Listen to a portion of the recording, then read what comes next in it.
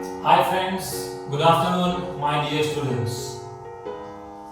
By the token of time, verily man is in a state of loss, except for those who have faith, do righteous deed, perceive truth, and perceive patience. Surely they will have reward unfailing. These statements मैंने एक मेरे lecture में भी coat किया है and इसका explanation I will be going to give in my next lecture. Why? Because I need to cover my syllabus part as well. So after this, next lecture will be the explanation of that particular words. Now let us continue with our syllabus part. अब तक हमने uniform circular motion को पढ़ा है, समझा है और उसमें जो फोर्सेस हैं उसके एप्लीकेशंस भी पढ़ चुके हैं, जिसमें हमने दो एप्लीकेशन कवर किए थे. This is our third application. So in short, application of centripetal force is by the name of conical pendulum. Now what does conical pendulum means? And इसका प्रैक्टिकल यूज कहाँ है, प्रैक्टिकल एप्लीकेशन किधर है? Okay, now conical pendulum is that particular thing जिसमें एक string होता है, एक रिजिड सरफेस होता है, वो रिजिड सरफेस के थ्रू एक स्ट्रिंग को स्लॉट किया जाता है एंड स्ट्रिंग के दूसरे एंड पे जो फ्री एंड है वहां पे एक स्फेरिकल ऑब्जेक्ट जिसको बॉब बोलते हैं वो लगाते हैं. नाउ पेंडुलम और कोनिकल पेंडुलम में फर्क क्या है? Pendulum just perform to and fro motion like the example of a wall clock. Wall clock के नीचे पेंडुलम होता है जो कौन सा मोशन परफॉर्म करता है? Simple to and fro motion, जिसको हम लोग ऑसिलेटरी मोशन बोल सकते हैं. बट कोनिकल पेंडुलम में अब मेरा जो ऑब्जेक्ट है नीचे जिसको बॉब बोलते हैं वो to and fro motion perform नहीं करेगा, वो रादर सर्कुलर मोशन परफॉर्म करेगा. और भी कौन सा एक्सिस के अलोंग? हॉरिजॉन्टल एक्सिस के अलोंग. तब जाके वो मेरा कोनिकल पेंडुलम बन जाएगा. So what does conical pendulum means? Conical pendulum with respect to the bob, if the bob is performing circular motion with respect to the string, that particular motion will now called as conical pendulum. Conical pendulum का दूसरा नाम, it can be noted by other name as well, which is called as horizontal circular motion. Now you just need to imagine, जैसा हमने banking of fluid में imagine किया था कि सबसे पहले चीज क्या किया था, हमने फोर्सेस को देखा था, कंसीडर किया था कि कितने फोर्सेस एक्ट कर रहे हैं उसमें. सो इसमें मुझे सबसे पहली चीज वही देखना है कि फोर्सेस रहेंगे तो कितने एक्ट करेंगे. Before that we need to draw the diagram and give a little bit description of the drawing diagram. ये मेरा रिजिड सरफेस है, ये मेरा स्ट्रिंग है, ठीक है. अब स्ट्रिंग आप देखोगे, एक तो ये स्ट्रिंग की हाइट है जिसको h बोलेंगे, इसको कोएक्सियल हाइट बोलते हैं. एंड ये मेरी स्लैंट हाइट है जिसको l बोलेंगे और स्लैंट लेंथ बोलेंगे. Because this is important. Why?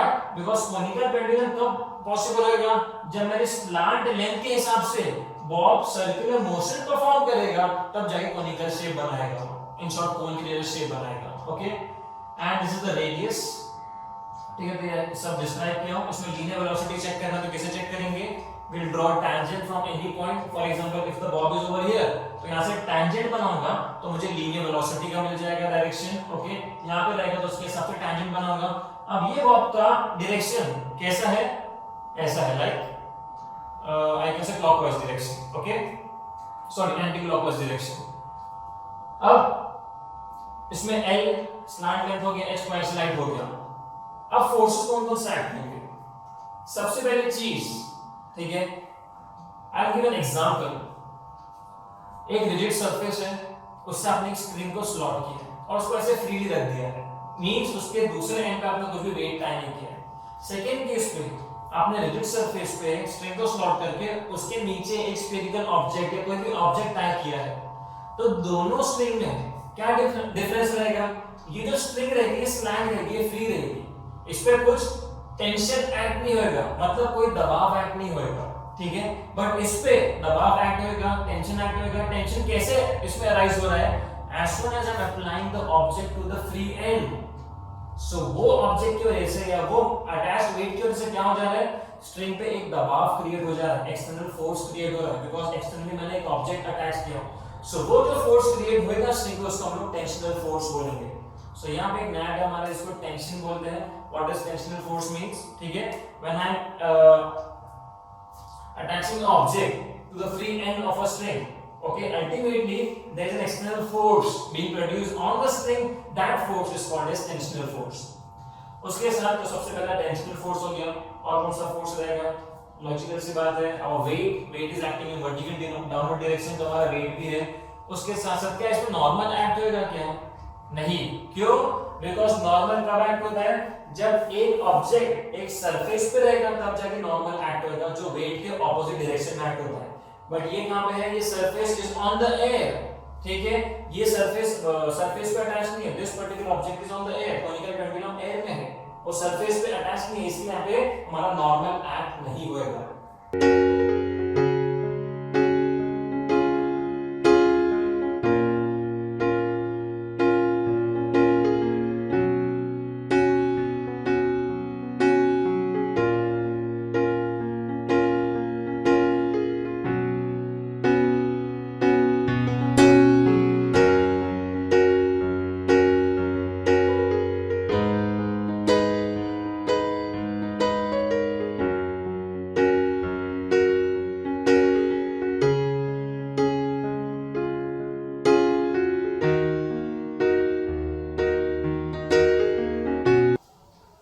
Let us come to a diagram part.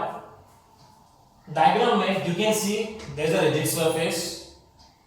This is the coaxial height, और इस पे एक बॉब जो है वो क्या कर रहा है? सर्कुलर मोशन परफॉर्म कर रहा है। तो यहाँ पे हमारा स्लैंट लेंथ हो जाएगा। अब ये स्लैंट लेंथ है। नाउ अब हमेशा टेंशन होता है ना, जैसे like in the case of normal force, जब बॉडी सरफेस पे रहती है तो mg वर्टिकली डाउनवर्ड एक्ट होता है, और normal compared to the surface it acts perpendicular. वैसे टेंशनल फोर्स हमेशा स्ट्रिंग के ऑपोजिट, मतलब जो भी वेट रहेगा, ठीक है, weight is vertically downward, vertically downward case में जो स्ट्रिंग का वो रहेगा, लेंथ रहेगा, या स्ट्रिंग का जो एंगल रहेगा, उसके हिसाब से ऑपोजिट एक्ट करेगा। इसका मतलब स्ट्रिंग ऐसा है तो टेंशन फोर्स जो ऑब्जेक्ट है यहाँ पे अटैच है, तो उसके हिसाब से ऑपोजिट एंगल में मेरा टेंशन एक्ट करेगा। समझ में आया टेंशन कैसे एक्ट करता है? तो ये मेरा टेंशन हो जाएगा। Okay, so you can see tension कोई पर्टिकुलर एक्सिस पे नहीं गया, नीदर y एक्सिस पे गया है टेंशन, नीदर x एक्सिस पे गया है। ओके, इसका मतलब टेंशन एक पर्टिकुलर एंगल पे। What will I do now? I resolve the components. We have done that in our banking of road as well. So t को मैं रिजॉल्व करूंगा दो कंपोनेंट में, एक अलोंग y एक्सिस, एक अलोंग x एक्सिस। अब मुझे एंगल कैसे सिलेक्ट करना है? अब यहां पे मैं इसको भी थीटा ले सकता हूं, इवन इसको भी ले सकता हूं, लेकिन मैंने ये वाला कंसीडर क्यों किया हूं? Because I have this angle as well. तो यहाँ पे ये एंगल है, तो एक ये एंगल लेता हूं और दूसरा एंगल लूंगा, तो this can I consider this angle. Why? Because I can say this is theta, this also becomes theta. What is the reason behind that? Alternate angles. इसलिए हम लोग ये एंगल सिलेक्ट कर रहे हैं as theta, not this one. Why? Because I have the reason behind that कि दोनों alternate angles हैं। तो जब ये थीटा बन जाएगा, थीटा के अब एक्सिस नजदीक कौन सा है? यहाँ पे y एक्सिस नजदीक है थीटा के, तो y एक्सिस पे हमारा t cos थीटा चले जाएगा, एंड x एक्सिस पे हमारा t sin थीटा चले जाएगा। And this r is nothing but the radius, and this is the omega which is called as angular velocity, जिसकी वैल्यू मुझे फाइंड करना है कि मतलब उसकी ओमेगा एंगुलर वेलोसिटी जो है कितनी होनी चाहिए। Okay, this is the whole description of the diagram. Now let us come to derivation part. Derivation part में सबसे पहले चीज क्या करेंगे? We'll balance the forces. अब force तीन हो गए, tensional force, centripetal force, and one is which force? Yes, very good. Gravitational force, weight. Okay, so these are three forces. Balance कैसे करेंगे? Now all the horizontal forces I'll balance with each other, and all the vertical forces balancing with each other. Same remains our whole procedure. So here T is resolved in two components. T sin theta, which gets balanced with centripetal force, ठीक है, because T sin theta यहाँ पे है, x axis पे है, मेरा centripetal force भी x axis पे है। Why? Because मेरा circular motion जो परफॉर्म हो रहा है वो कौन सी डायरेक्शन में हो रहा है? x axis के डायरेक्शन में हो रहा है, इसके लिए हमने इन दोनों के फोर्स को बैलेंस किया। सेकेंडली T cos theta किसके साथ बैलेंस हो जाएगा? हमारा वेट के साथ। वेट मींस ग्रेविटेशनल फोर्स, ठीक है, वेट और मास में बहुत डिफरेंस है, मैं आपको बाद में बताऊंगा। सो T cos theta get balanced by weight mg.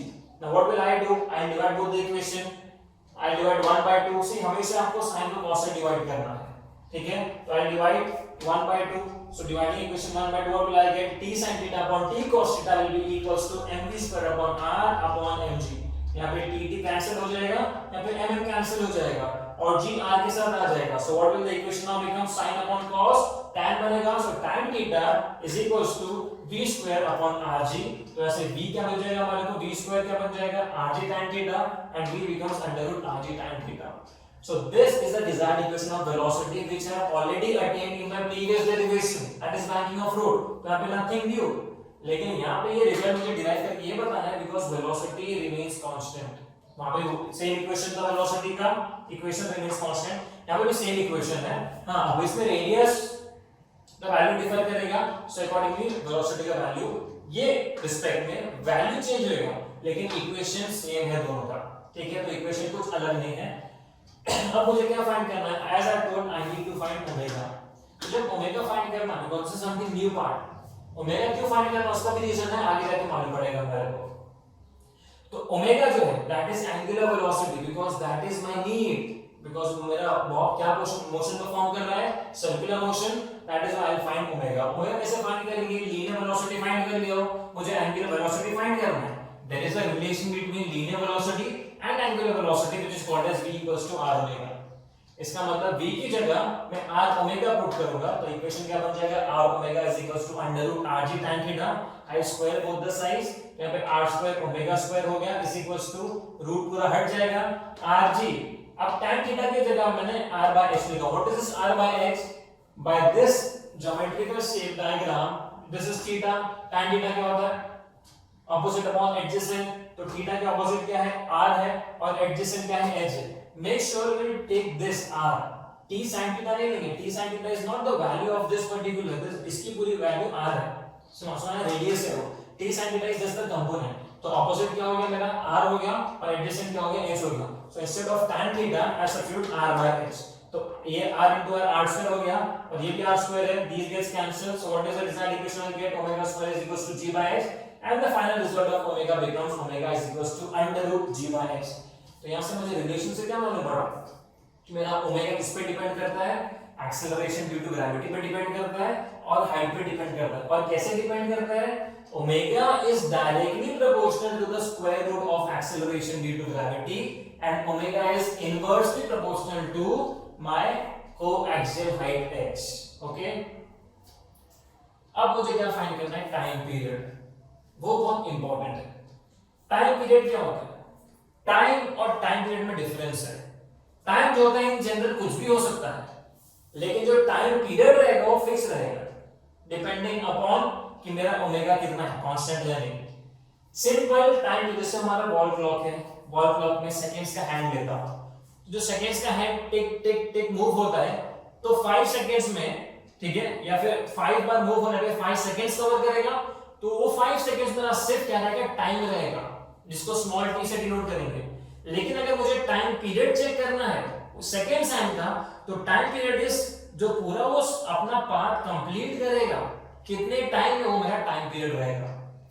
The time period of that second hand which is complete in that particular entire circular motion, that is nothing but the time period of the second hand। तो ऐसे इसका भी time period क्या हो जाएगा, the bob which is performing circular motion, तो वो पूरा एक सर्कुलर पार्ट कवर करने के लिए जितना टाइम चाहिए वो बॉब को सर्कुलर मोशन परफॉर्म करने के लिए, वो मेरा time period of conical pendulum बन जाएगा।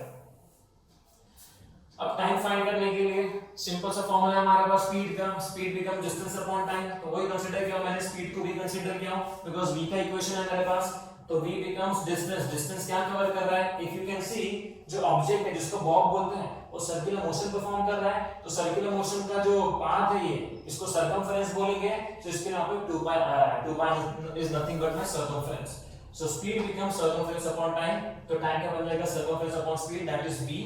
ओके, सो t becomes 2 pi r, v का इक्वेशन है हमारे पास ये, ठीक है, डायरेक्ट यहां पुट करूंगा। अब क्या करूंगा, मैथमेटिकल एडजस्टमेंट करूंगा। What will I do, I will adjust this mathematically. ये जो हमारा r है, can I right this r as root r into root r? yes, because r root the whole square हो जाएगा, इसमें रूट और square cancel हो जाएगा, तो अल्टीमेटली मुझे r ही मिलेगा। ऐसा लिख क्यों रहा हूं, बिकॉज़ नीचे भी एक रूट r है, ठीक है, सो ये रूट और r, ये रूट r कैंसिल हो जाएगा, so what will I get, t is equal to 2 pi under root r upon g tan theta, ठीक है। अब क्या करता हूं, जो r है इसको मैं इक्वेट करने की कोशिश करता हूं, कैसे, अब बाय डायग्राम सेम थीटा है मेरे पास, sin थीटा फाइंड करता हूं, what is sin theta, opposite upon hypotenuse, what is opposite r, hypotenuse क्या है l, not t, t is the tension, l मेरा स्लैंट लेंथ है, तो ऑपोजिट, तो r क्या sin थीटा क्या हो जाएगा, ऑपोजिट अपॉन हाइपोटेन्यूज, तो ऐसे r क्या मिलेगा l sin थीटा, तो ये r की वैल्यू l sin थीटा मैं यहां पे पुट करूंगा r की जगह पे इक्वेशन 6 में, सो what will I get, t is equal to 2 pi under root l sin theta upon g tan theta. Okay, after that what will I do, I split this tan theta. अब इतने सारे angles है, confusion होता है, तो इसको भी और सिंपलीफाई करने की कोशिश करूंगा. सो tan theta is sin upon cos, तो sin sin कट हो जाएगा, cos बचेगा जो एकदम न्यूमरेटर के पार्ट चले जाएगा. So ultimately the equation becomes t is equals to 2 pi under root l cos theta upon g. ये मेरा टाइम पीरियड है कोनिकल पेंडुलम का. इससे क्या मालूम पड़ा, time period of conical pendulum किस पे डिपेंड करता है, तीन चीज पे डिपेंड करता है. कौन कौन सी, time period of conical pendulum is directly proportional to the length, time period of conical pendulum is directly proportional to the cos of angle theta between them, and time period of conical pendulum is inversely proportional to my acceleration due to gravity. So this is the desired equation of time period. अब time period की जरूरत क्यों होती है, अब omega का और इसका रिलेशन है, हम दूसरे तरीके से भी कर सकते थे इसको, ठीक है. I will just write and show you over here. Omega is 2 pi by t. Okay, so omega अपने पास है, what is omega, under root g by x, under root g by x is equals to 2 pi by t. तो यहां से t क्या मिलेगा मुझे, 2 pi. तो आप इन दोनों इक्वेशन को कंपेयर करेंगे, हम इस तरीके से भी सॉल्व कर सकते थे, लेकिन हमने क्यों नहीं किया है, बिकॉज मेरा जो टाइम पीरियड है वो कोएक्सियल हाइट पे डिपेंड नहीं करता है, because coaxial height straight height है, वो मेरे सिंपल पेंडुलम के लिए यूज की जाएगी. मेरा जो टाइम पीरियड है किस पे डिपेंड करता है, स्लांट हाइट लेंथ पे डिपेंड करता है या स्लांट हाइट पे डिपेंड करता है. इसके लिए मैंने ये इक्वेशन लिया.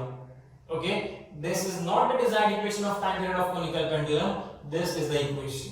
ओके, तो सॉल्व कर सकते हो. How will you solve this,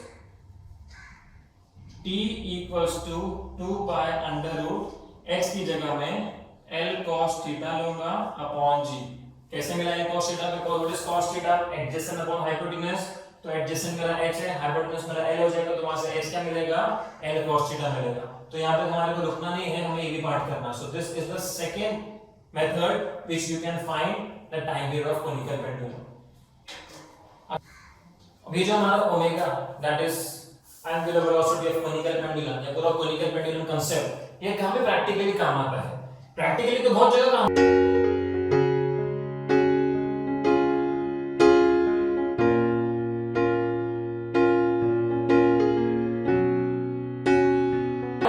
because in simple pendulum आज तो हमारे पास बहुत सारी मशीन्स है, लेकिन वो टाइम मशीन नहीं था, वो टाइम पे स्ट्रिंग रहता था और कुछ हैवी ऑब्जेक्ट रहता था. तो जब सिंपल पेंडुलम ऑसिलेट करता है, सो व्हाइल ऑसिलेटिंग, जब यहां पे जाता है, रुक के वापस आता है, तो एक जर्क मिलता है उसको. So due to that jerk what happens, जो स्ट्रिंग पे ऑलरेडी टेंशन है वेट डालने के बाद, तो और ज्यादा टेंशन क्रिएट होता है. सो टू अवॉइड दैट उन्होंने कोनिकल पेंडुलम का यूज किया, बिकॉज़ कोनिकल पेंडुलम क्या करता है, स्मूथली मूव होता है, और उसका कांसेप्ट किया जाता है ऐसे.